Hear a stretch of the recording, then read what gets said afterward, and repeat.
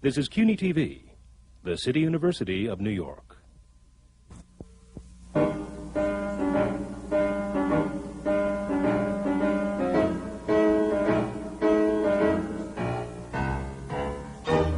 City University Television presents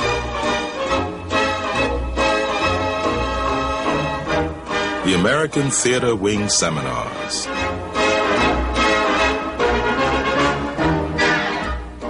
Working in the theater.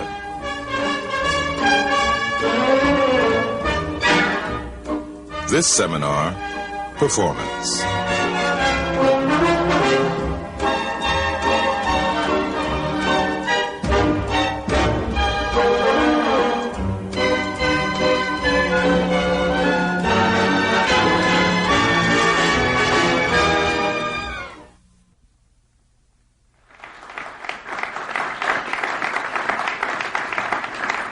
Welcome to the American Theater Wing Seminars on Working in the Theater. These are coming to you from the Graduate Center of the City University of New York, which is located right on 42nd Street, right off 42nd Street, right off Times Square, where the beat and the magic of live theater is, where Broadway, off-Broadway, and off-Broadway theater all come together to share the wealth that is magic at theater. This is just one of the many programs of the American Theater Wing. But let me talk about the Tony Awards. We are possibly very well known, as most of you here know, for the Tony Award. It is not given for the longest run or the greatest box office hit, but for the achievement and recognition of excellence in the craft of theater. And everything that the Wing does is based on that.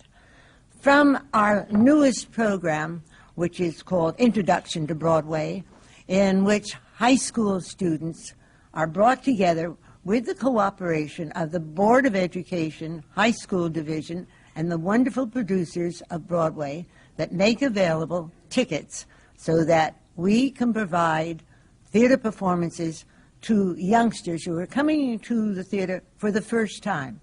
They pay a very minimal price for this, but they do pay, and they make the commitment to come to the theater.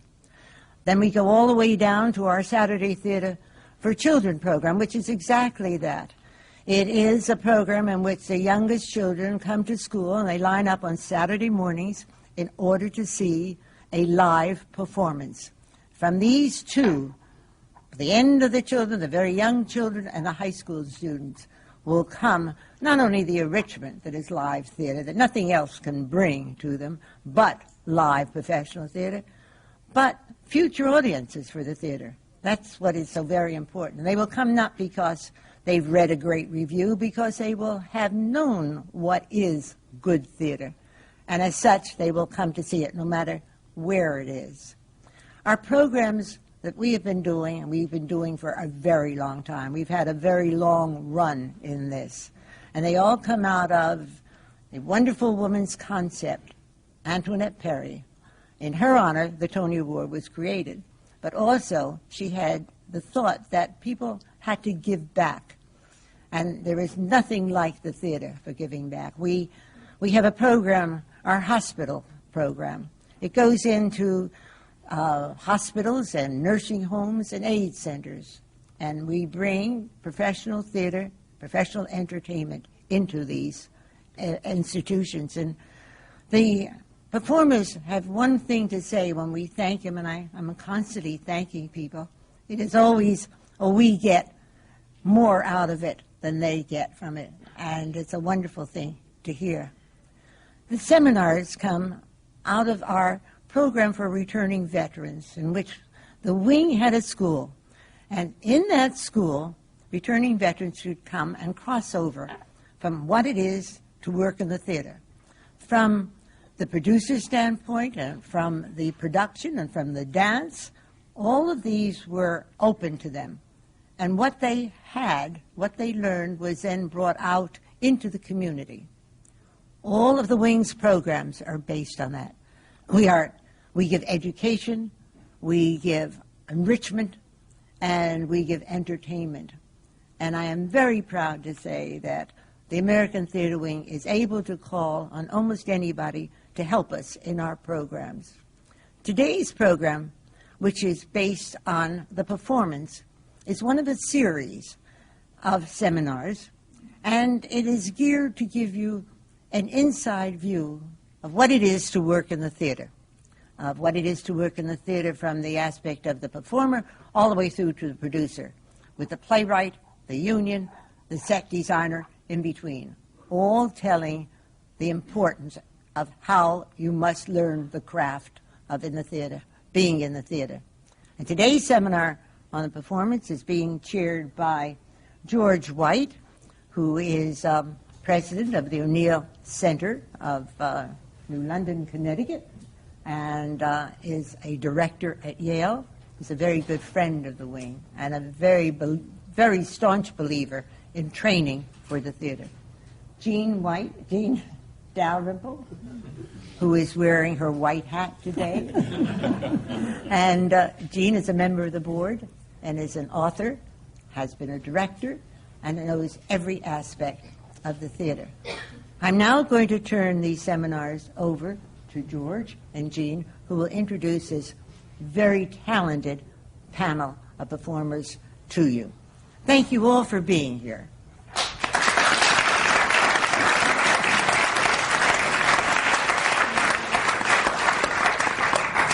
Thank you, Isabel. Just a little parenthesis, I've always thought of Jean as always having a white hat and being a white hat, so there we are. And I've asked her to marry me many times, and she won't do it. On my far right, which is not a political comment from this year, is John Schneider, who is fresh from a tour of Brigadoon, but was seen on Broadway last in Grand Hotel. On his left is Tonya Pinkins, who is currently in Jelly's Last Jam, and on my immediate right is Lucie Arnaz, who is in Lost in Yonkers. Well, way down there is Jay Binder, Binder Casting, and he's responsible for all the wonderful people in Lost in Yonkers, and he's been making many changes and doing them all very brilliantly, as you know. And then a darling girl, Hallie Foote, is next. She's in The Roads to Home, playing at the Lambs Club, and it's a darling show, and I hope you'll all see it. And right next to me is one of my favorites, my darling man, Gregory Hines.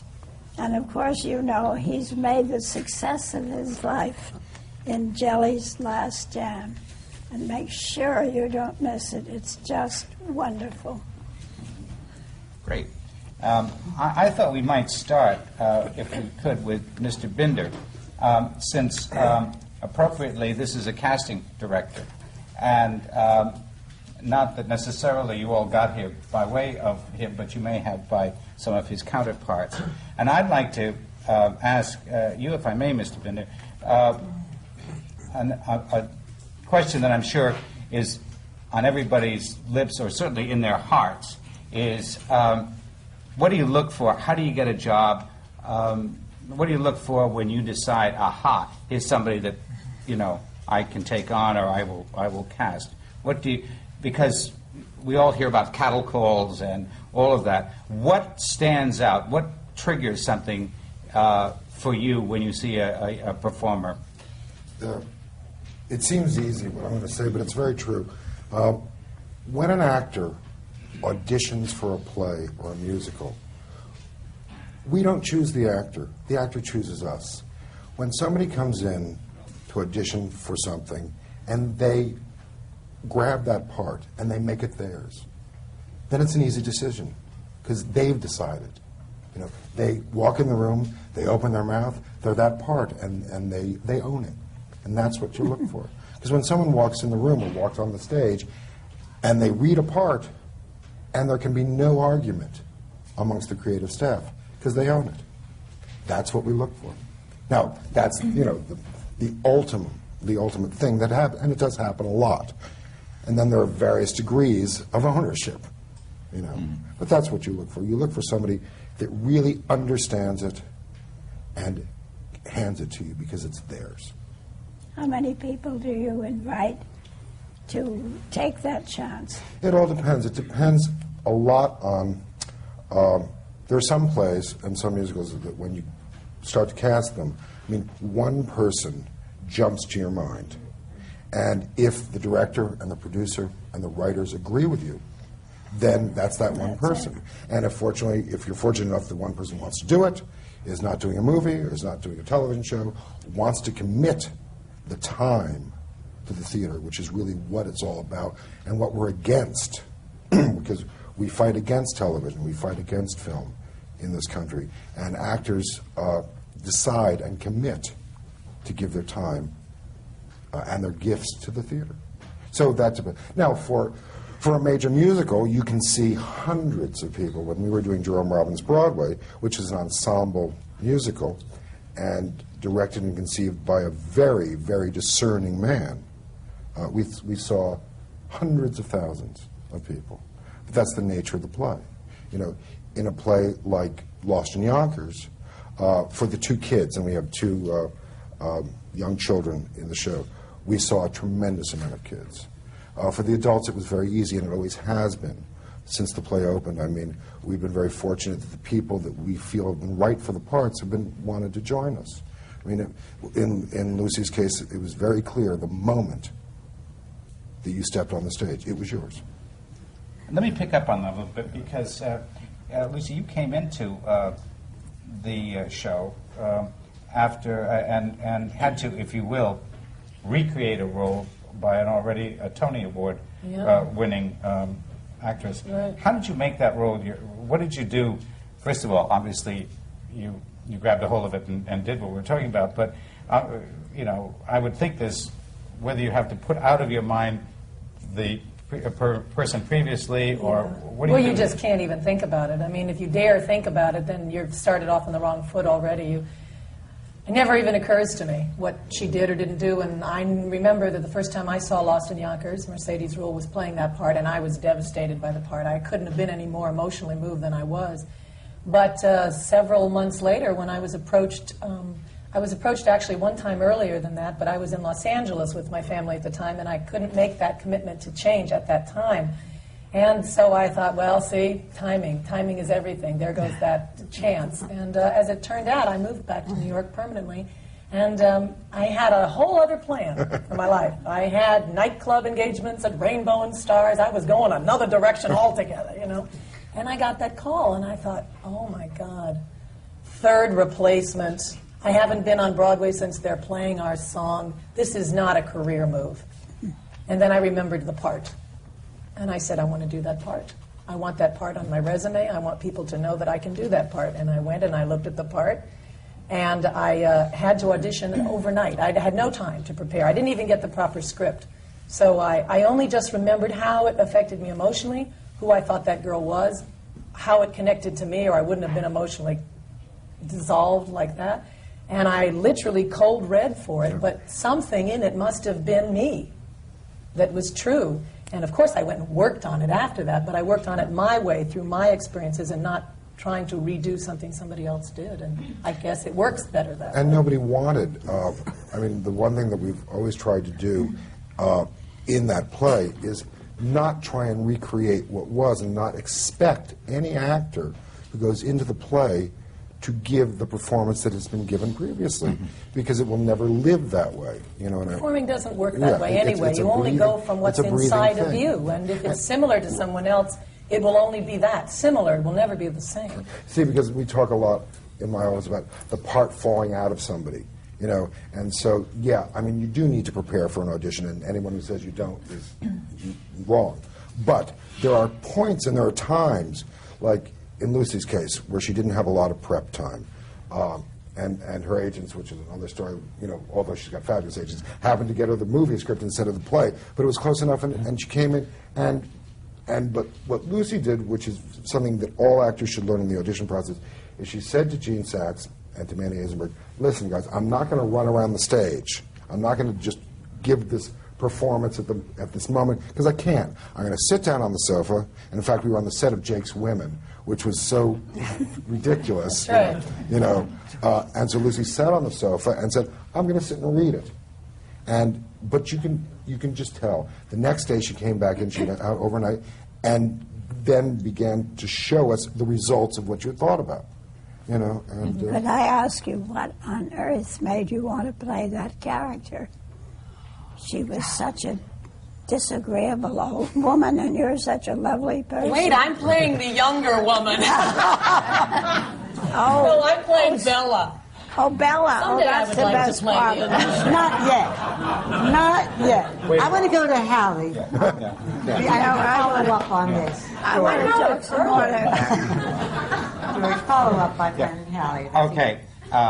Yeah, we'll get back to that in a minute, Gene. Hallie, you have I know from a personal point of view that when you're dealing in the family, and certainly Rhodes is a family affair. I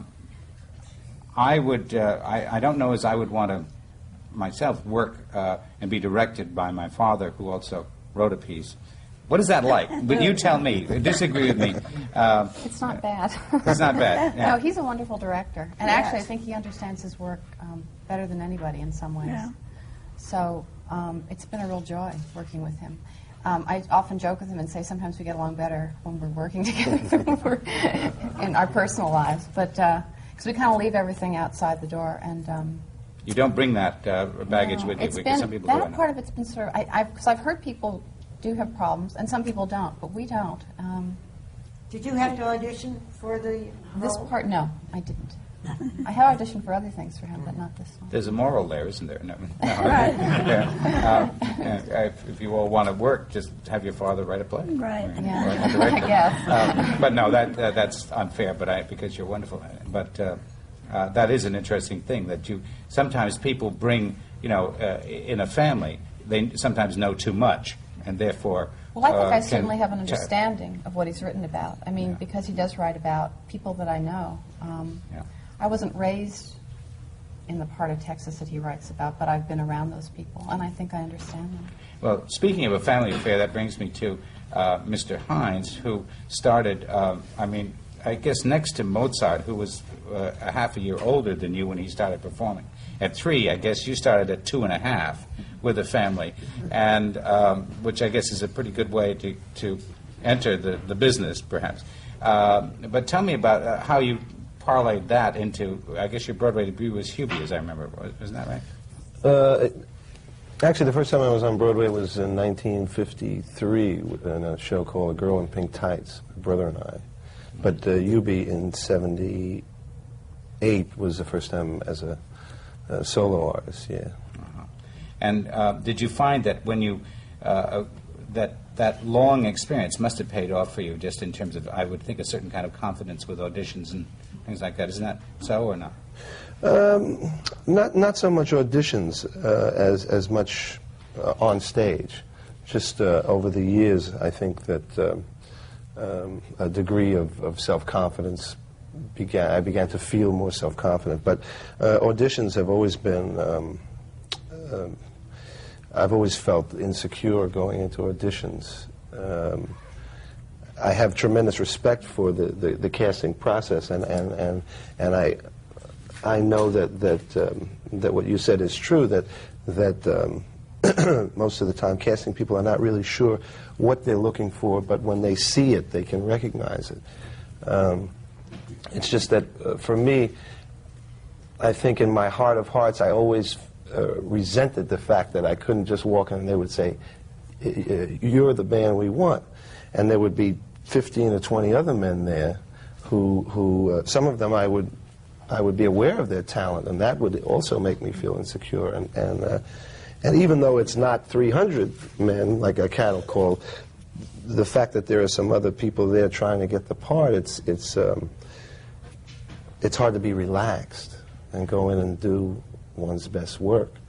But after auditioning for a few things and maybe staying in the running for a couple of callbacks and maybe not getting it, or then maybe getting a couple, I began to get a bit more secure auditioning, but even now, it's still, when I was just listening to what, you know, you went through auditioning on another stage, not even a stage, another play. It's really tough to feel confident in those situations. Tell me, why do they audition stars?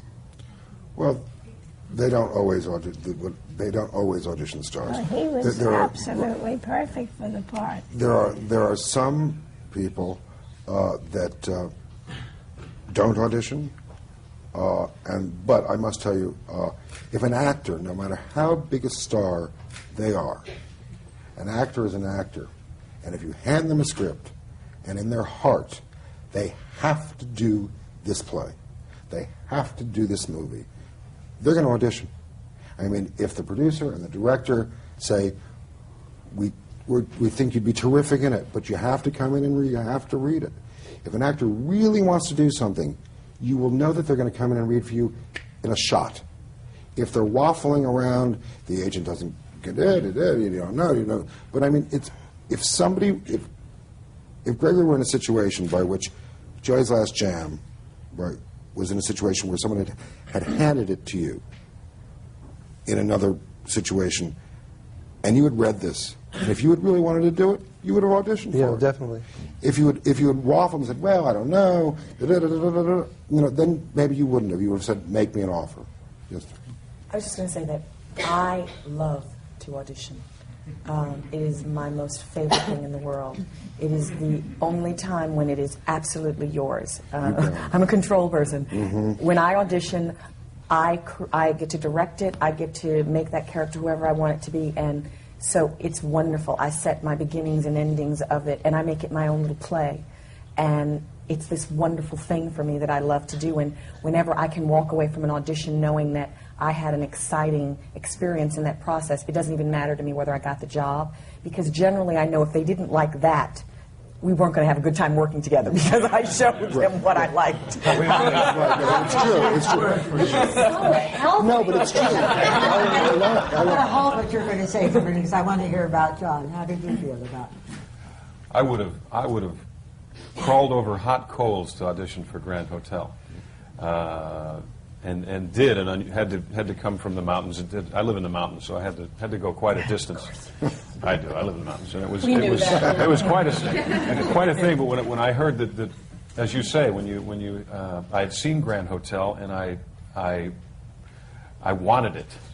You know, it wasn't in the offing at the time. I just wanted it. You know, if it ever comes up, folks around me, let me know. I really want to go try to get that. But by the same token, there are things when you're in this business, there's opportunity to audition for a lot of things, and it's hard. You know, maybe 2 or 3 things come up in your acting life that you just have to do. And I love what you just said, because there are times the question after an audition from your agent, from whoever, is always, well, how'd you do?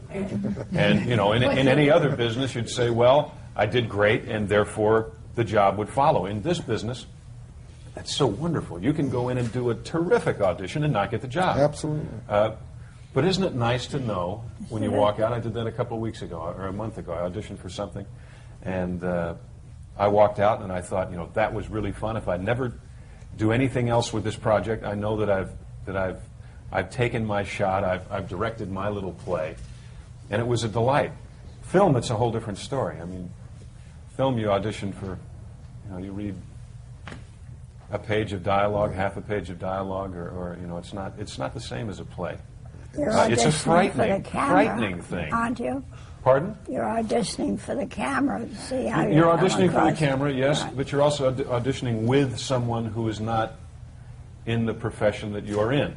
They don't do what you do, no. So you know, you're there, and I'm one of these people that likes to have the lights. You know, in Dukes of Hazzard, if I had to act like I was driving a car, I would have been awful. I mean, thank God there was a car there for me to drive. You know, and the audition process is you sit down on a chair and they say, okay, now you're in a 48 Studebaker and somebody just threw a bomb in the car. What do you do? And you say, I'm sitting in a chair. At least turn the lights off or something. I don't know what. Television. It's frightening. Television is the worst to audition for. Let's pick up. Yeah. Isabel, can I just make a comment that I am feeling very old today? Because, you know, I did 150 shows at City Center, and I just said, I want this one, and I want that one, and I want that star, and I want this one for them. And that was it. I never auditioned anybody. Well, I think This that's is a part whole of the new difference. thing to me. No. Well- Their work was harder to get then, but in a sense, it was easier because everybody knew each other. Communities were And small. producers were in business, as Jean was, and year after year she was there, and she knew just who to call. And that made life a little bit simpler, both for the performer and for the producer as well. It's changed, as we all know. And as Evidently. you all attest, but you've all managed to change very well. I'd like to find out how you got to this, to where where you came from. Where did you get? What's your background? I'm gonna very start happy with to you. hear it, Jean, too. that's our favorite question. That's our generation. I'd like to, if I may, start with Tonya about this, because you have moved also from the straight plays to musical, and where did you start? How did you start, and how did you make the shift? And who did you tell about that? So people would say, "Oh, well, you're just you don't do musicals along with Floors and Windows or whatever." Actually, my story is the opposite story.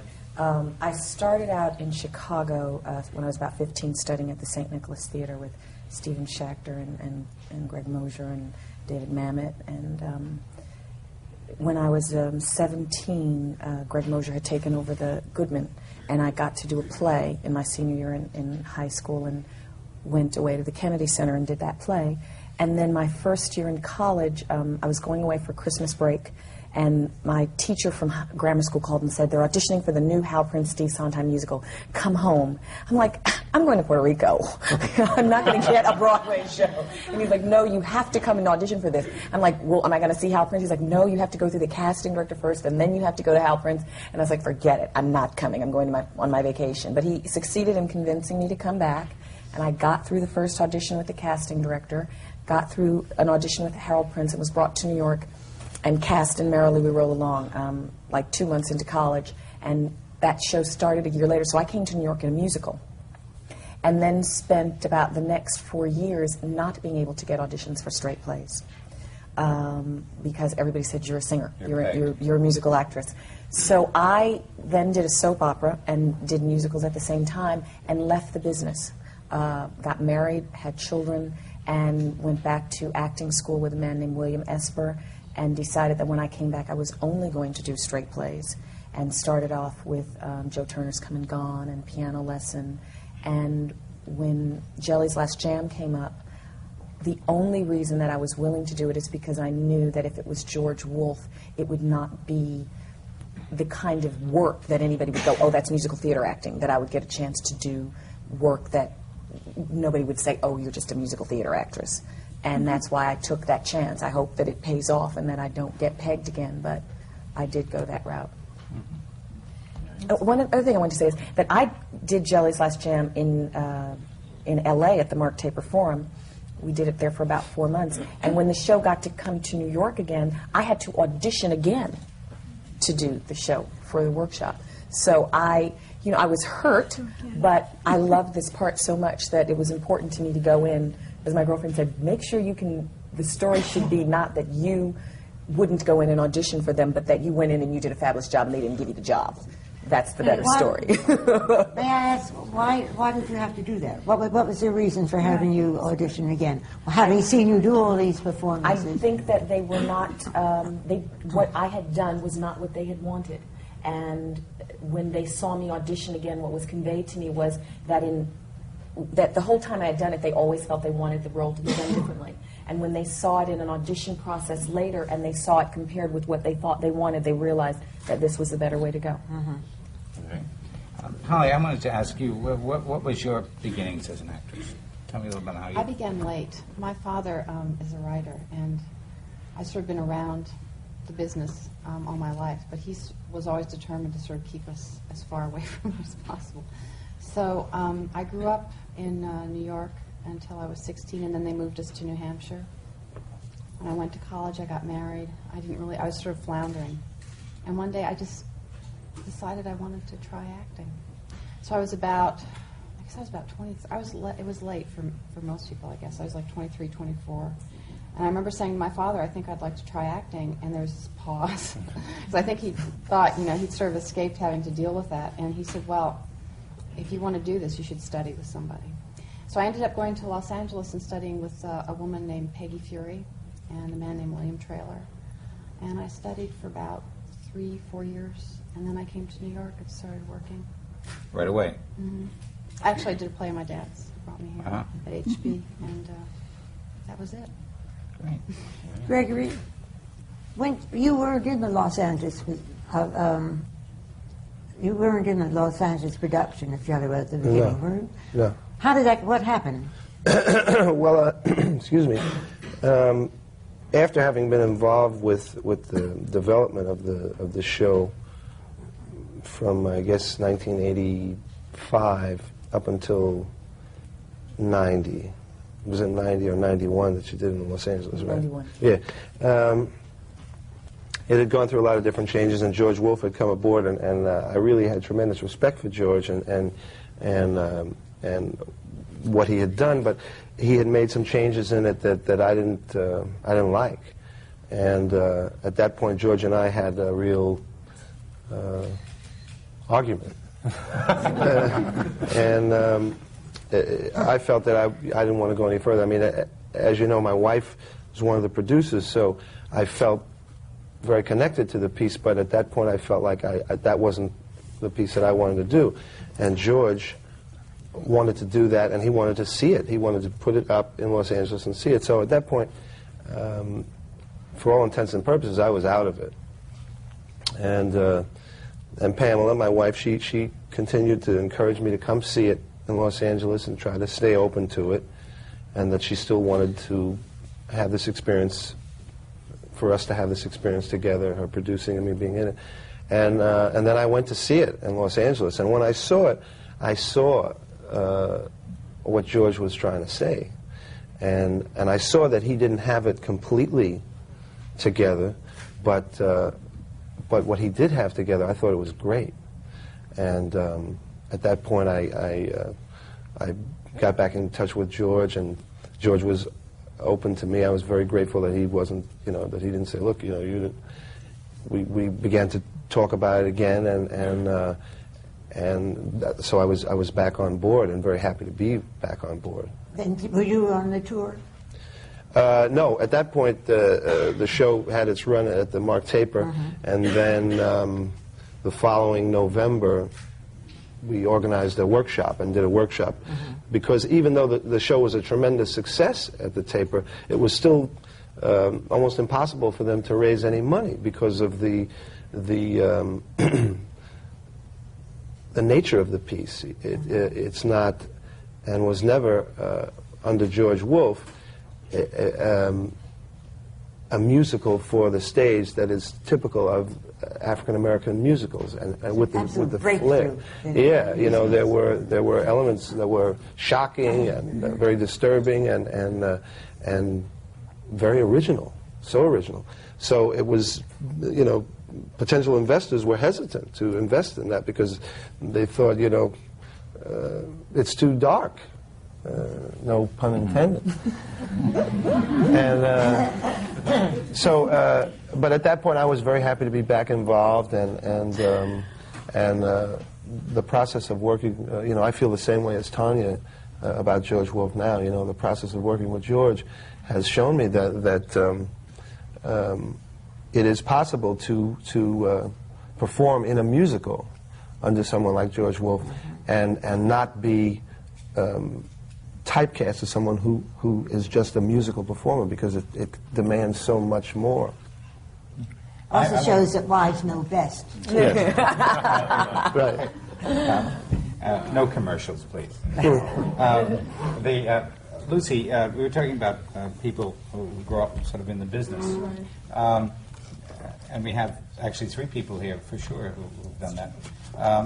hate nepotism, don't you guys? No, I'm not sure about that. I'm just Yeah, kidding. no, me too. But again, sometimes that's an advantage, sometimes a disadvantage. Tell us about your beginnings that way. Well, I mean, I think it helps. It clearly helps to be around people who love to do what you want to do and do it well. I mean, you watch a great shoemaker make a good pair of shoes, you could learn from the best. If it bores you to make shoes, you won't learn no matter what. It's something I wanted to do from a very early age, and I went about it backwards. Most people work doing a little play here and there and whatnot, and pray to get a television series one day. I started on a television series. It was in the top 10 for 6 years, and I learned a lot of good things because we worked with a lot of famous people. Every week they had a guest star. I mean, everyone from Wally Cox to Carol Burnett to the Burtons to...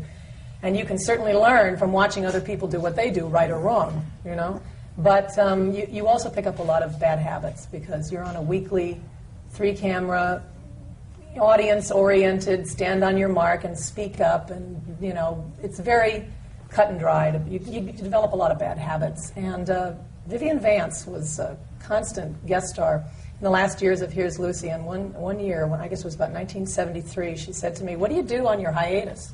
Which is the time they give you off from making the show every year. And I started to list all of the beautiful vacation spots in America. And she said, "Girl, you're from the theater." Because I used to do plays in high school, and I had my own little theater company in the garage when I was about 10. And she remembered that, and she said, "Your first love is the stage. Don't you get stuck on a situation comedy for your whole life." Now, coming from somebody who had probably the best part in show business as Ethel Mertz, I listened and I thought, my God, she's right, she has. It's been hard for her to get out of being typecast as that. And I took her words to heart and I started auditioning. And a season later, I spent my hiatus doing cabaret and Once Upon a Mattress and the whole summer circuit and the breaks of all that and learning from that, which led to my auditioning from Michael Bennett and did the National Company of Seesaw, which talking about directors who will not set you off like a musical comedy performer. I mean, nobody could work with anyone better than Michael. In that respect, he taught me so much about being real and not going for the laughs, and that led to Annie Get Your Gun and Jones Beach for a summer and things like that, and Neil Simon, and they're playing our song. And I don't know where I'd be today if she hadn't said that to me. What was the first to Broadway? The first Broadway show was They're Playing Our Song. And interestingly enough, talk about auditioning and not knowing whether you did a good job. I was the second person, I think, that Neil and Manny saw. I auditioned here in New York while I was in Annie Get Your Gun. And I thought I sang 2 songs that I wrote. I'm sort of a closet lyricist myself, and I thought, well, that's good. She's a lyricist. I'll sing something I wrote, and I forgot my lyrics. I was so nervous. And when it was over, Neil came up, and I'll never forget it, because he came up on the stage, and he took my hands, and he kissed my hands, and he said, "You're such a breath of fresh air." And I didn't hear from him for 6 months. I mean, it was like the longest period, 3 months, whatever it was. They saw everyone in show business after me, and I thought, well, I was terrible. I must have been the worst thing. They said, no, we have like appointments. You do that, right? Appointments to see people here and in California. And I used to wake up in the middle of the night in a cold sweat because that part was my part. I knew that was my part, and I would just go, oh, God, please don't let me, but I have to play that part. And sure enough, it came back around. I mean, I read that everyone from Cher to Bette Midler to everyone had that part. It was everybody's PR agent was working overtime. Next thing I knew, they said, come back, Marvin wants to hear you sing, and you'll go to the theater and you'll sing for Marvin. And I got it, and I couldn't believe it. I thought I'd lost it months ago. So you never know. John, where did you come down to the hills? When I come down to the hills, I'm from New York, from a little town called Mount Kisco, New York, which is not far from you. Exactly. And my father was in automobile upholstery and general aviation, and my mother worked for IBM, so naturally I wanted to be in the theater. Makes sense to me. It was as unusual as sitting one 4th of July watching a movie called Yankee Doodle Dandy. I was 8 years old, and there was Jimmy Cagney singing and dancing and acting and doing the most wonderful job, but having the most wonderful time. And as I said, I was 8 years old. I weighed close to 200 pounds at the time. I was pretty heavy. Can't say I was ever a little boy. I was a heavy big boy, and decided that that's what I wanted to do. Grew up watching lots of television, grew up going to the movies. Saturday was always matinees and double features.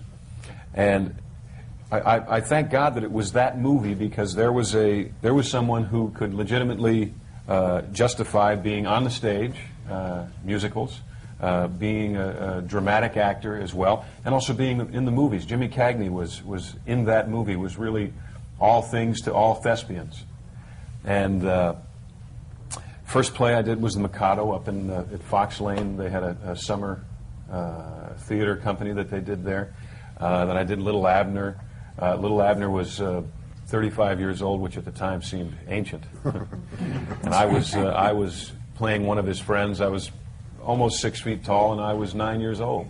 It was very, very strange. And then Dukes of Hazzard happened. Well, there was a lot of things that happened. There were a lot of plays and things between 8 years old and Dukes of Hazzard. Dukes of Hazzard started when I was 18.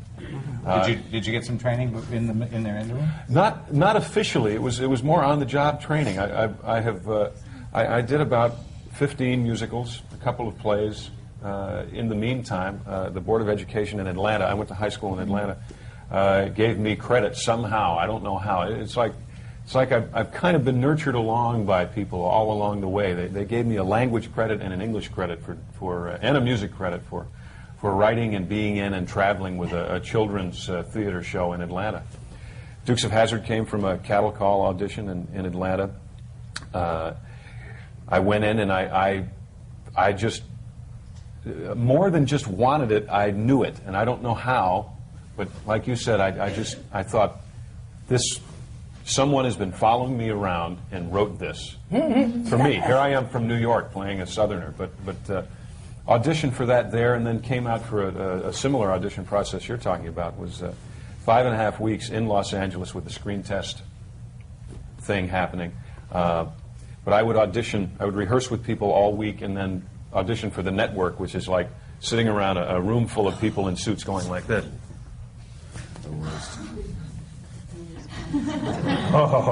So I did that at 18 years old for 5.5 weeks, and any given moment would either be sent home with a pat on the back saying thank you, or sent home with a job. And finally, by the time that they found Tom Wopat, thank God they found Tom Wopat from an old audition. He auditioned months earlier here in New York. He was doing I Love My Wife. And he went to some audition for some show called Dukes of Hazzard. And 6 months later, they called him and brought him out to pair him up with me to see how the two of us looked. And the next day, I got the call, you and Tom Wopat are the Dukes of Hazzard. And we started a week later in 1978. We started back in Georgia, 20 miles from where I went to high school, doing this show. But that was 5.5 weeks of hell, because the carrot wasn't in the next room. The carrot was right there. And Isabel, could I say a word? Because really I feel so strange. I really feel as though I'm on a different planet. It's all completely changed. And it's not very long since I was producing, a couple of years. But it's all different.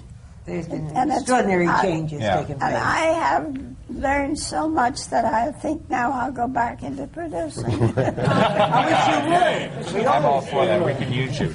It sounds much easier having these casting directors and auditions and all of that.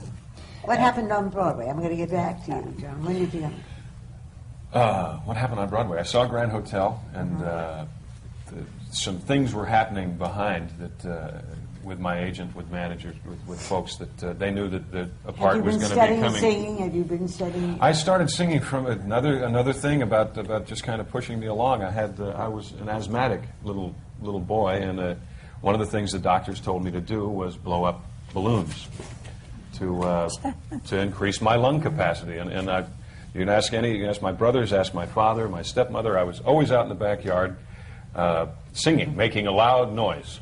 For whatever reason, I don't know. And that turned into a very loud, very overweight, very a big, not so little boy. Amazing you got anywhere. It is. when I got a call to come audition for Tommy in Los Angeles, I came off the mountain, as it were. Tommy Tune. Thank you. And auditioned for the show down there and sang this wonderful song called Love Can't Happen. And as I told you, it was something I really, really wanted to do. My name is Schneider, and it was one of those other things where I thought, this Baron, this German Baron, I mean, won't this be wonderful if I can get to do this? So I went and auditioned, and I learned much later that what you said is absolutely true, and it was true in the Dukes of Hazzard. They just had to fight for it because there's a lot of other people, other than the director or the producer, that they have to convince. Right. And Tommy trying to convince Broadway that this guy that they best remember for jumping in and out of a car can play a German Baron circa 1928, he had some convincing to do. So I came back. They had me a month later, had me come back and audition for The Money. And make no mistake, you audition for the money. What does that mean? That means the producers, the people whose the backers, the people whose dollars and cents are on the line. Sang for them in a great thing. You know, the light is in your eye. You have no idea who's out there. You don't know if there's one person or 20 or who they are. And you know, it's this kind of thing. And you sing your song, you act your scene, and they say thank you. And then you wonder. But I didn't wonder long, because the next day they made the call, and about a month later I was on the same stage, rehearsing for 2 weeks. I don't know if you know this or not, but and apparently this is pretty rare to even have this much time. Tom Wopat just went into Guys and Dolls with a week's audition. With a week's rehearsal. Grand Hotel, everybody else was already doing the show. They had done it for quite some time. I was the new kid on the block, and had 2 weeks to learn all the blocking and learn the songs and learn everything. How many people were working with you in those 2 weeks that were Two in people. the cast? No one. Just No one that's in the cast. You work with the stage manager and the dance captain. Does anybody come in at any point? Right before I open on a Monday, and Friday before the Monday I open, there's what they call a put-in. And that's where the cast comes in and drags himself in out of their regular lives and does an extra show that day for the new kid on the block. And it's there were 33 people, and there were 33 people in Grand Hotel, 32 other than me. So it was quite an experience. What about you, Lucie? Is the same? Yes, it's exactly the same. It's And so I got scary. 2 weeks, but you don't get a real 2 weeks if you work on the set, because you can't rehearse on matinee days, and you know there are 2 of those, 3 of those, counting no weekends, no matinees. So basically, it was about 7 days all told. And yeah, you work with the understudies. I worked with the understudies and the stage manager until the day before with the put-in. And it was sufficient for what we did, because 3 of us went in at one time. We had Ann Jackson and Steve Vinovich and I all went in, which was wonderful. That really was a huge decision on my part as to whether I wanted to go in at that point, because I thought, well, they're really going to change over a whole part of the company. Yeah, that was lucky. But we've put in 4 people since then.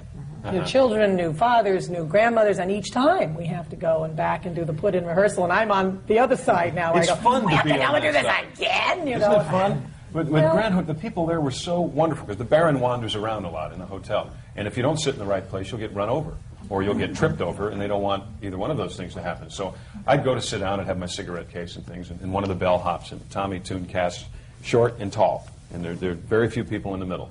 And one of the bellhops would come and say, "Excuse me, sir, you don't really want to sit there, do you?" They do. People, they help you. They help you. I had to go into my one and only.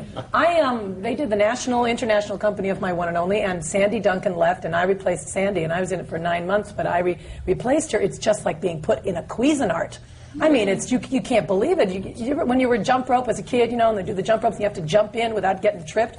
That's what going into a musical was like that. In front one of a night sold-out it was. house, But you just touched on that, both of you. You said that the cooperation, the people already in the show, despite the fact that one more show, but they were cooperative and they were good and they do help. Also, because if a show's been running a long time, 6 months, any new blood is an infusion. It wakes you up while you're out there. It's a new reading, thank God. Even no matter how good a performance is, you can use a little, wake up, hello. You really can't work alone. Gregory, it's been 10 years since you been on a seminar, and that was Sophisticated Ladies, I guess. Yeah. Can you remember how you wanted that part? You described it so graphically, I think so. Well, I remember Obie. Actually, it was the part in Obie that I wanted because I had been living in Los Angeles, and I had come back to New York, and a couple of days after I got back, I got a part in this musical that was called The Last Minstrel Show, which it actually turned out to be the very last minstrel show. Closed in Philadelphia. But as it was closing in Philadelphia, they were having auditions for Obie, which was going to be a review of the music of the late Obie Blake, who at the time was 94. And so we heard about it, and we were coming back. We knew we were closing for good, and filling members of the company were coming back and auditioning. And I came back and I auditioned, and I thought I gave a great audition. And I was very turned on at the time because I had gotten The Last Minstrel Show, and I felt like I was going to get this one too. And I auditioned, and then the couple of days later, I found out I didn't get it, and I was really shocked. And so what I did was, I called up the producer, Ashton Springer. I called him up and I said, look, and he didn't know me. He wasn't even at the audition. You know, I was the director and a couple of people. I said, look, my name is Gregory Hines, and I auditioned for Obie, and I was told I didn't get it. I said, there must be some mistake. there must be some kind of mistake in communication. I said, because I can't figure this out. He said, well, I don't know what to do. I said, well, I'd like another audition. I said, I just feel that I'm the man for this thing. So I called him up 4 or 5 times every day for about 3 days, and finally, my agent, who really wasn't my agent, he was an agent for my brother who was helping me out, and he said, well, they said they're going to give you another audition. He said, I can't figure this out. I said, well, listen, just when is it? So I go in and I audition again for the director, and this time I just pulled out all the stops. I mean, So I came out of there and I felt really good. So the next day I found out I didn't get it again. so now I'm calling up the producer, and he said, "Look, I can't interfere with my creative staff." I said, "You don't know what you're doing." I said, "I can take this part. I'm hounding this guy. I'm instituting a reign of terror on him." Then I find out that the guy they want, who was a guy named Larry Marshall, a very talented guy, he was in Paris doing Porgy and Bess. And so they wanted him, and they're calling him and calling him. So I thought to myself, well, I feel like I gave the best I could give, and, I've hounded him enough. That's that. So now, 2 nights later, I'm over at my ex-wife's house, and I'm giving her a check for our daughter to go to camp. I'm giving her I had $350 in the bank. I'm giving her a check for $250. No. And her phone rings in her house. She picks up the phone. She says, "It's a woman for you." So now I think, oh, this is exactly what I need to complete my week. So I get on the phone. The woman says, "Is this Gregory Hines?" I said, "Yes." She says, "Well, I'm calling for Ashton Springer, and you've got the part." Wow. In Obie. And, I tell you, just talking about it, I feel that emotional feeling because, first of all, I tried to explain to my ex-wife that, this is what happened. She took the check and said, get out of here. I don't want any women calling. I actually went out of her house. This was in April. I went out of her house and I was dancing down the street. I was like Gene Kelly. I was actually in the street, kicking my heels up in the air. And from that point on, I realized that in addition to those feelings of self-confidence and how we have to prepare ourselves to audition, we also have to have tremendous aggression. I think it takes tremendous aggression to try to get work in this business.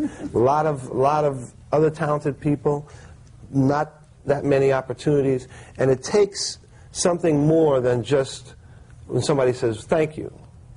I think that's also a classic example of the tenacity that's needed in the theater, of the confidence that you know that you're good and you want the job, and keep going back for it. And I think it's a wonderful story I've never forgotten, and I think it should be used by almost everyone that has to go through the process of I did audition. absolutely the same thing with Seesaw. I mean, Seesaw was my biggest break. If I could do the national company of some show and to audition for Michael Bennett and to be in a show with Cy Coleman and Dorothy Field, Tommy Toon, it was the beginning of all of these, you know, certainly Tommy's first big break.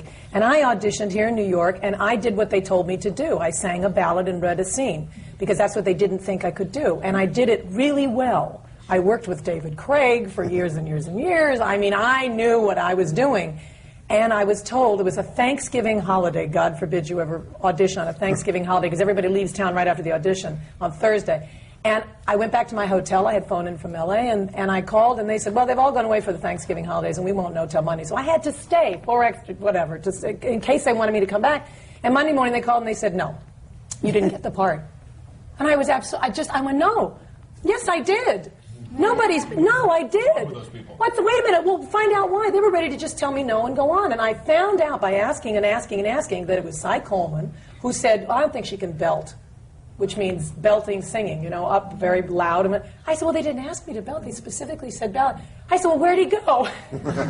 He's going to be in L.A. I went back to L.A., found out where he was, forced him to sit down and listen to me sing again, and I got the part. I sang every song Ethel Merman ever recorded until he agreed. All right. Hallie, it doesn't always turn out that way, I know, but it shows that it can turn out that way. Absolutely, especially if you feel it so strongly that you think, wonderful wait, piece of advice. But it can happen in reverse. But I wanted to ask Hallie before we have to change. How do you feel about this? Did you ever have to do I wish that? I was more aggressive. I'm going to try and be more aggressive. I think it's We'll support you, Hallie. Would you go knocking back? Would you go on and on? I think maybe I'll try that next time. I've had a sense sometimes. Sometimes you do know. One time I had a director follow me out of an audition, and I thought, I've got this part. He followed. It was the strangest thing. I've never had that happen before. But I was auditioning for a Separate But Equal for George Stevens, and he followed me out and asked me who I was auditioning. I ended up playing Burt Lancaster's daughter, but he said, who would you like to play your father if you played this part? And I thought, he's going to give me this part. And he did. That was very nice. Mr. Bender, you said it can happen in You can reverse. have it in reverse. I was going to save him for when we come back, because we're going to have to take a break, so hold on to what you want to say. Miss Tanya, what about you? I've never gone after a part like that. The only time I'm insistent about being seen again, and I've gotten to the point where now, if in the middle of an audition I don't think I did it well, I'll stop and say, let me do it again, so I can at least leave with a sense of, you got what I do, and if that's not it, fine. This is most unusual because almost in every panel we've had, auditions bug performance, you know, and here it's been so enlightening to this and this, and I think it's also very enriching for people to hear that you can beat the system. You have to leave your ego in the trash can on the way into the room. But you also have to have ego, too, to say, I'm good and I know that I want it. It's a different kind of an ego thing. It's not a, why are they asking me to audition ego. You have to get rid of that guy and get the other one that says, you're doing this better than anybody else who can walk in this room at this moment, and just show them how well you can do it. You know? You are right for it. We're going to have to break right now. And when we come back, we're going to have questions both from the audience and from me and from everybody on the panel. So just take a deep breath and come right down. Everybody stand up and sit right down again. Okay? Great. That's the break. We're continuing the American Theater Wing seminars on working in the theater. These are coming to you from the Graduate Center of the City University of New York. This panel is on the performers. What it is to work in the theater as a performer, what it takes to get there, how you get there, how you hold on to it, and how you just have to have guts, I guess is the word that we've been talking about, and talent as well. And today's panel certainly has all of that. George White, who was co-moderator with Jean Dalrymple, is going to continue this discussion with these very fine and talented performers.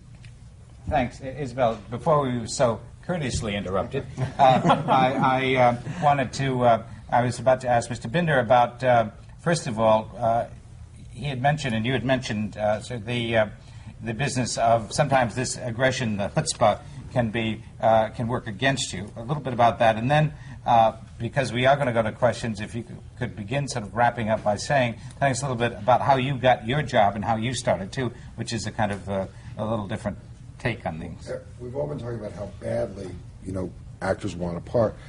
When we were doing Jerome Robbins Broadway, it was a situation by which no one really knew what the show was going to be. And we knew from Jerry that it was going to be, Tevye from Fiddler on the Roof and the Phil Silvers material from High Button Shoes and Zero Mostel's material from Form. But we really didn't know what the show was, and we had a nebulous idea that there would be one person that would have to do all this material, which I was going, oh, God, how can there be one person that can really fill all these shoes? And we kept asking actors to come in to audition for Jerry Robbins, and everyone kept saying, no, I don't want to do this. I don't want to be Zero Mostel. I don't want to be Phil Silvers. How can I, and so we had a real problem. And I had decided that it should be somebody young, that we should give new life to these shows. It's the only way we were going to get around it, and make the shows fresh. And so I knew that there was one actor that I dreamt would play the part because I wanted it to happen for Jason Alexander so badly, because, I've known Jason my whole life.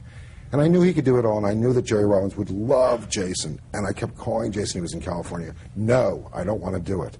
No, every day I would call him. No, his agents, Jason, his wife, everybody. They kept saying, stop calling, And finally, because there was a lot of material to learn before you auditioned for Jerry Robbins, like the whole show, you had to learn.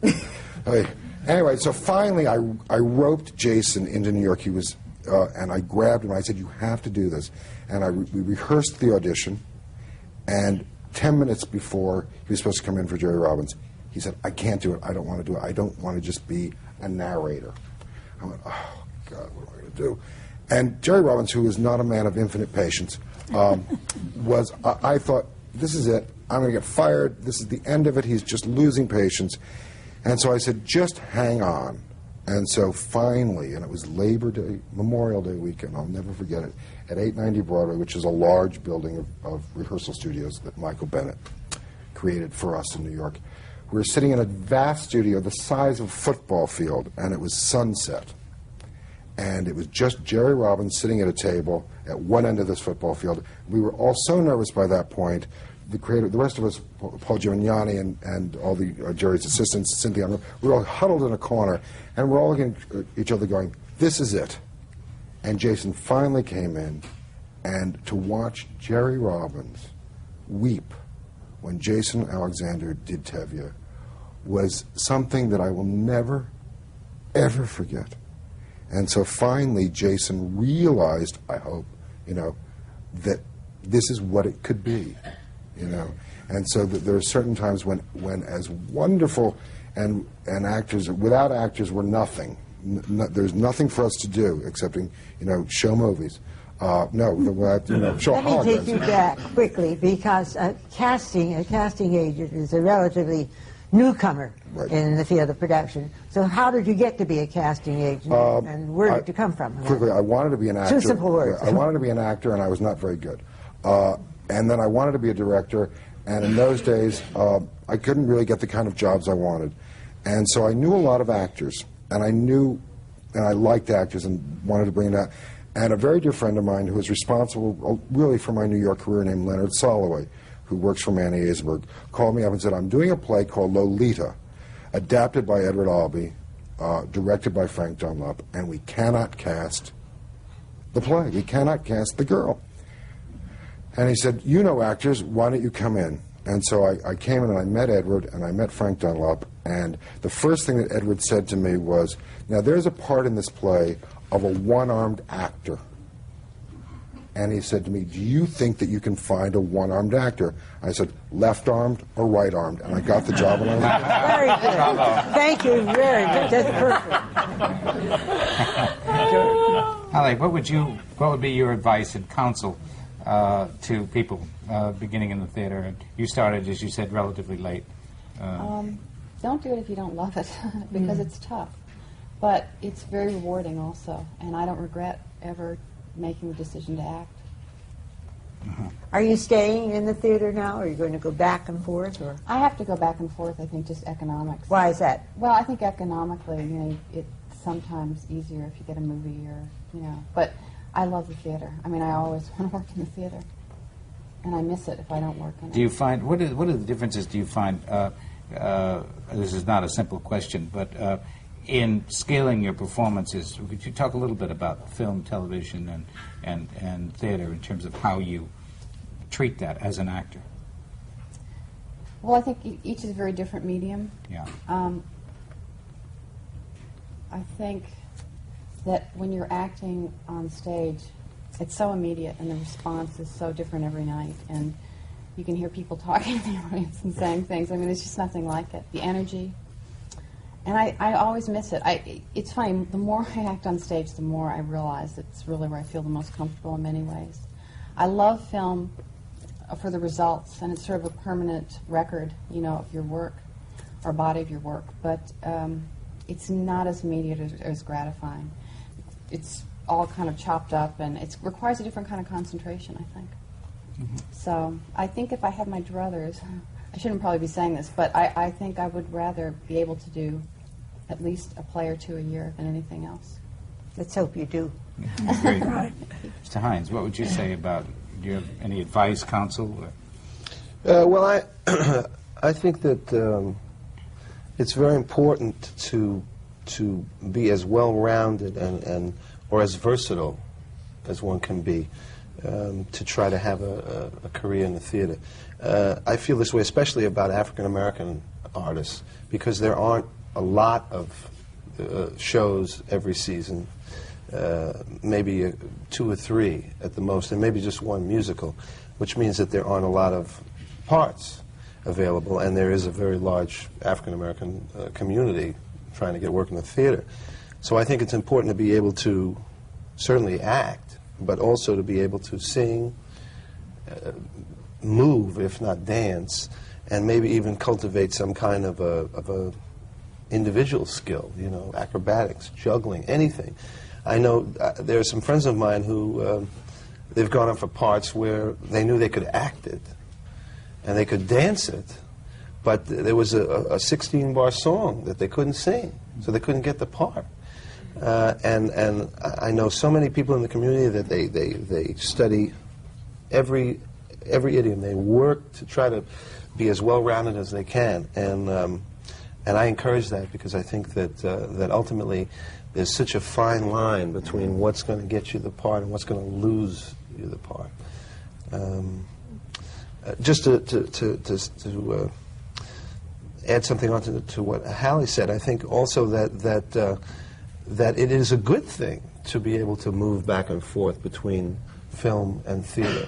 You know, there isn't a lot of good feeling between the film, the people who are responsible for theater and the people responsible for film, because there's always, you know, what do you mean you want to go do a play? I'm offering you a film here. And, you know, what, a film? This is a great playwright. How could you not? But I think as an artist, it's really good to be able to move back and forth, because the naturalistic aspect of acting on film is helped by projecting on the stage, and vice versa.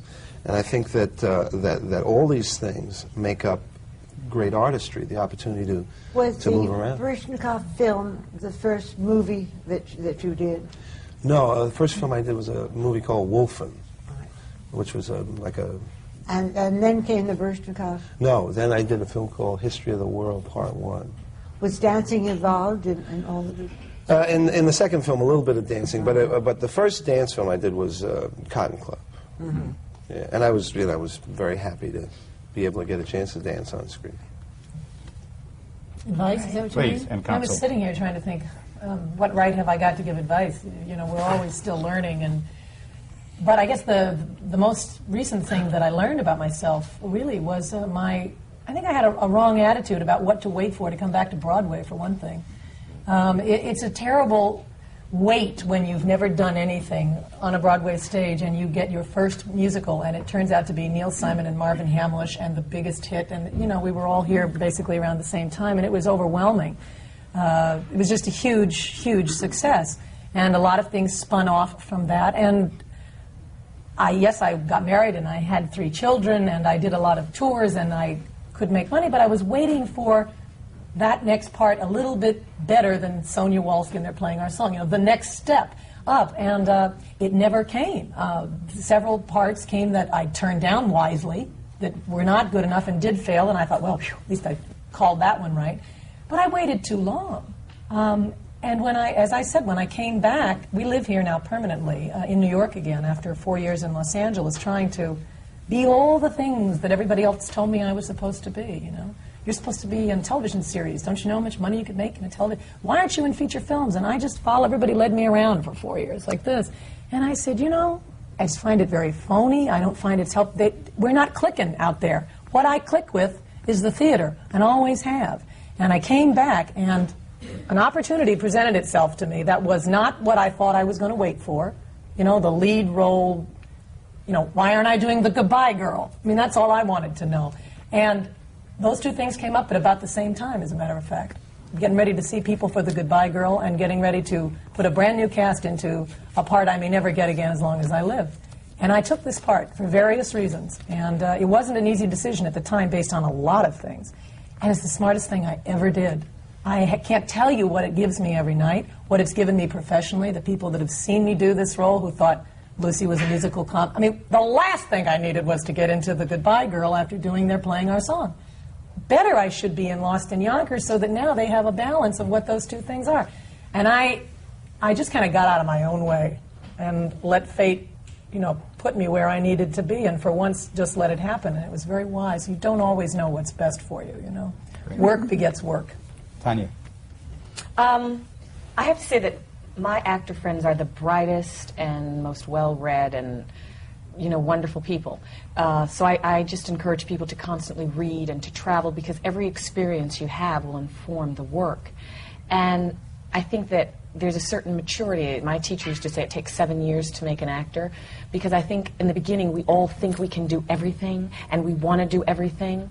And maybe over a period of time we can get to do that, but I think the gift that we all have is our excitement and our originality. Nobody can do any role like you can do it. And when you can come in and say, this is what would be exciting and fun for me to do with this character, and do it that way, you know that that's special and nobody else can touch that, no matter how good they would be in what they do. So I encourage people to trust their gut and their instinct and always go with what excites them. John, quickly. Quickly. Sorry. Do what you love. The money will follow. Love, if you're not in this profession, or really any profession, for loving it, then get out of the way, because there's a lot of people who would love to have your job. They really would, who would kill to have your job. Having said that, what I do is really a hobby that I enjoy, whether it's the guitar or the theater, whatever it is. It's really, for a long time I made a mistake of thinking that what I did was what I was. And what we do is not what we are. There's a long line of people wanting John Schneider's job, wanting Gregory Hines' job, wanting Lucie's job. There isn't a long line behind, I'm not a parent, but I want to be one day. That, you know, hearing you talk about your kids, what a great thing. The line behind mommy and daddy is non-existent. So do that well. Let that be your profession, and let this other stuff be a hobby. And if you love it, people will see that. You walk into a room in jail, say, this guy, this woman really gives me something. And what that is the delight that you are able to participate in something that you love. And if it's theater, great. If it's television, great. Do it, but be a good parent. That's well said. Oh. We now have questions from the audience, and I'm sure that they've been very patient all over here. So get ready. What would you like? Hi, my name is Tommy O'Donnell, and I'm a freshman theater major at Wagner College, and my question is for John Schneider. Your roles in Brigadoon and Grand Hotel are so different. As an actor, what kind of adjustments did you have to make? As an actor, Brigadoon and Grand Hotel, as I said earlier, I'm one of these people that has to believe that I'm a baron in the Grand Hotel in Germany. So I try to surround myself with things. My dressing room at Grand Hotel was right out of the hotel. People thought I was crazy, but it worked for me. In the show in Brigadoon, wore the hats. I kind of have a tendency to surround myself with props, with things that make it. The last thing I want to do and the last thing I want to be caught doing is acting, because I don't do it very well. I'd rather. We'll dispute that. So that's what I do. I try to surround myself with the roles, very much like Somewhere in Time. If you surround yourself with that room, perhaps you'll go back to 1926. Hi, my name is Diana Ekabachi. I'm also a freshman theater major at Wagner College, and my question is for Mr. Hines. Your character in Jelly's Last Jam, Morton, can be classified, I guess, as a mean character. What do you do, I guess, inside you to get sympathy from the audience? Well, I can't say that my intent is to try to get sympathy as much as my hope from the beginning was to somehow make him understandable.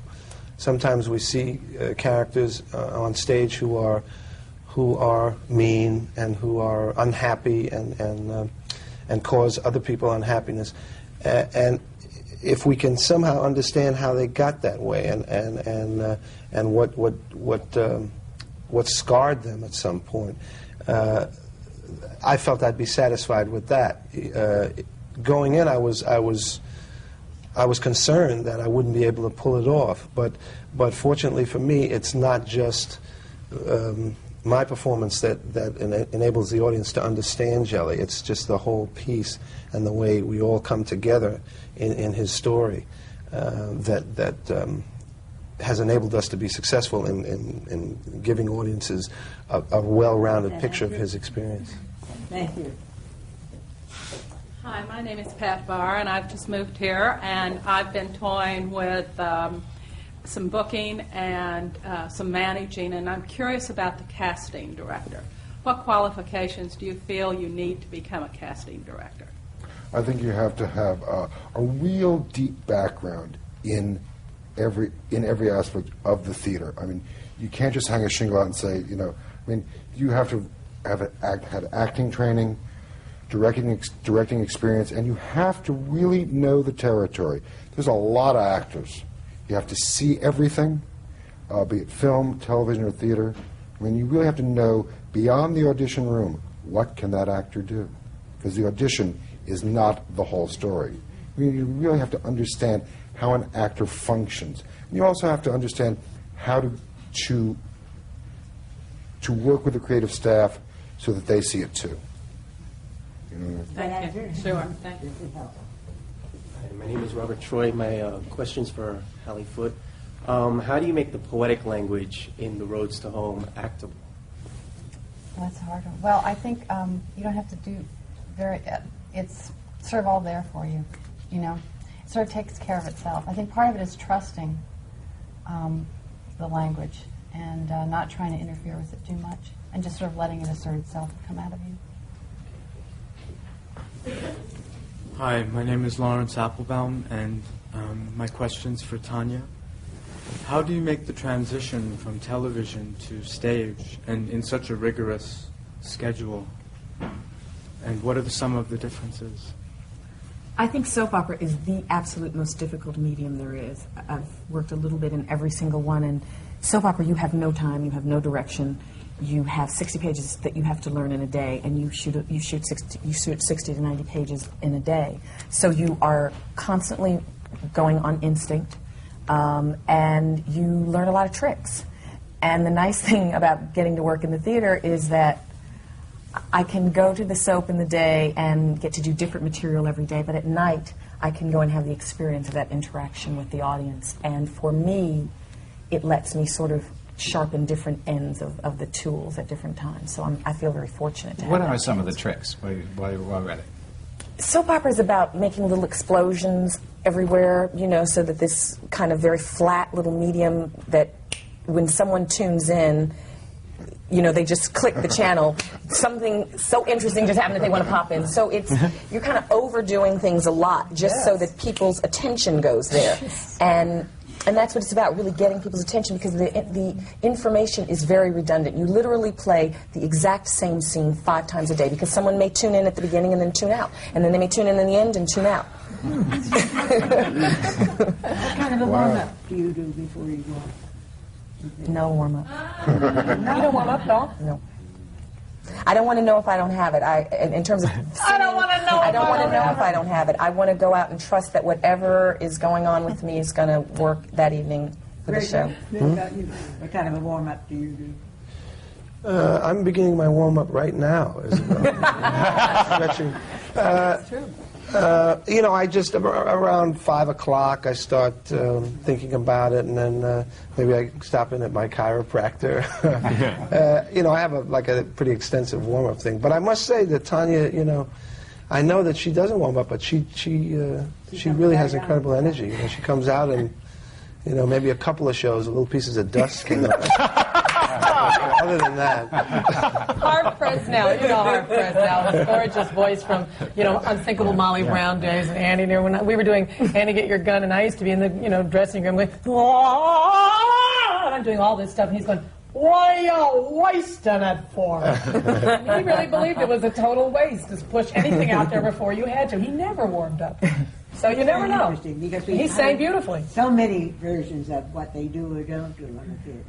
But here you're pretty much in agreement that you don't.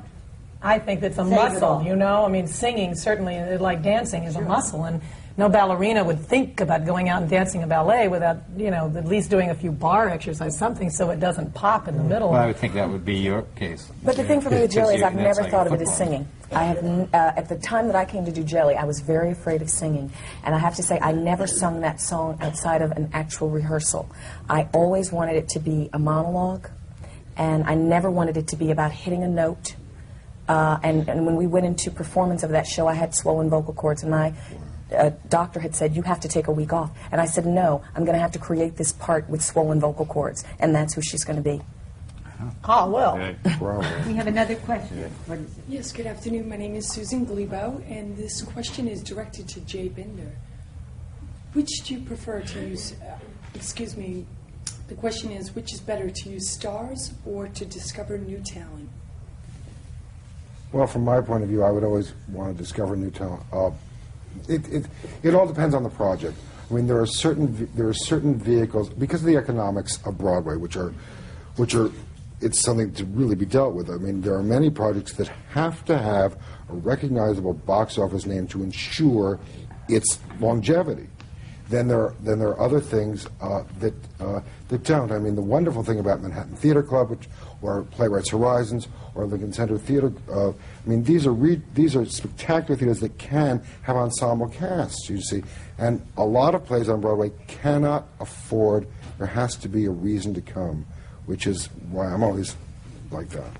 And a lot of times like that. It makes me crazy. We've talked about a lot of things. We haven't mentioned anything about the audience and that very, very important part of your life. Do you have anything to say about the difference between a matinee audience and an evening audience? Do you have to bring forth anything different for the different kinds of audience? What do you give of yourself if the audience is really not with you? Oh, my. Oof. You have to, whether they're with you or not, you never know why they're not with you. It's an odd thing. At Grand Hotel, if we had what we would call crickets, can't do it, but you can imagine that, if that's what you hear, if that's the kind of response you have out there, you try and you try to get them, well, you can't get them back when you never had them to begin with, but invariably we'd go out afterwards and hear German, Russian, Italian, French. A lot of times, something I learned over the 13 months was that just because the people are not responding doesn't mean they're not enjoying themselves. Because we'd get surprised at the end. There'd be this tremendous response at the end of the show, and nothing throughout the show. And we'd go out, and they would all be speaking anything but English, and would have had a wonderful time. They'd come up and say, "Wonderful show," or "Thank you," or whatever. So it's important from our side not to.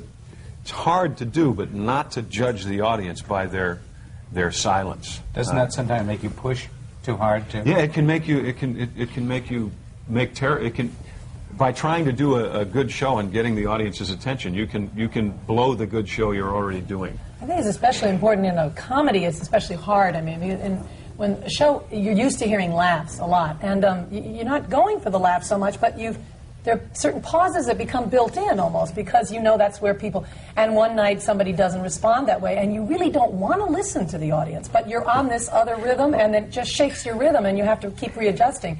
But I love that. That's I really technique. do. That's what makes theater That's what is technique theater. about. And inevitably, the show is longer when that happens, when people aren't laughing. People think it stretches with the laughs, but it's not true. Our shows have always been longer when there's been a smaller crowd, so therefore they're not having as good a time or something, or I don't know what the reasons, but they're not laughing. Because when people are laughing, that's when I look and I say, now what are we doing that's helping this keep going? And usually it's like a great tennis game. You know, when you're getting that ball this way and somebody hits it back to you, the game goes faster. When you have to keep going, I'll get it, and you go over and you pick up the I'm ball, going to it have to takes interrupt forever. as I do almost all the time, and I apologize. No, that's all right. But it's the time is up, and there's just never not enough time for all that we want to hear and all that we want to know about what it is to work in the theater. And certainly, this panel has been so giving and so knowledgeable that I would like to be able to say, please stay, don't go to the theater. Just stay talking to us. This is the American Theater Wing seminars on working in the theater. I'm Isabelle Stevenson. I'm president of the American Theater Wing, and this is just one of the seminars that we do. We have one on the playwright director, and one on the producer, and one of the unions and guilds, and one on set designs. And so we hope that we cover all of the aspects of working in the theater with all the wonderful people that are in it. It's coming to you from the Graduate Center of the City University of New York, and I thank you all for being here. Thank you.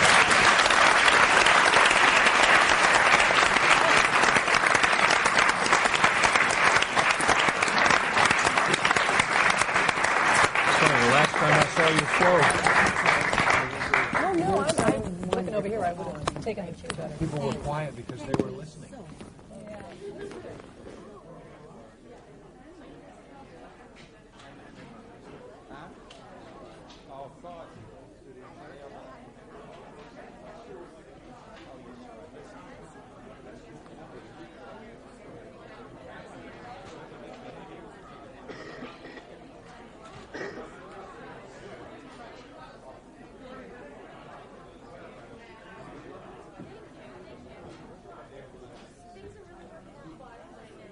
Read a great review because they will have known what is as good theater, and as such they will come to see it no matter where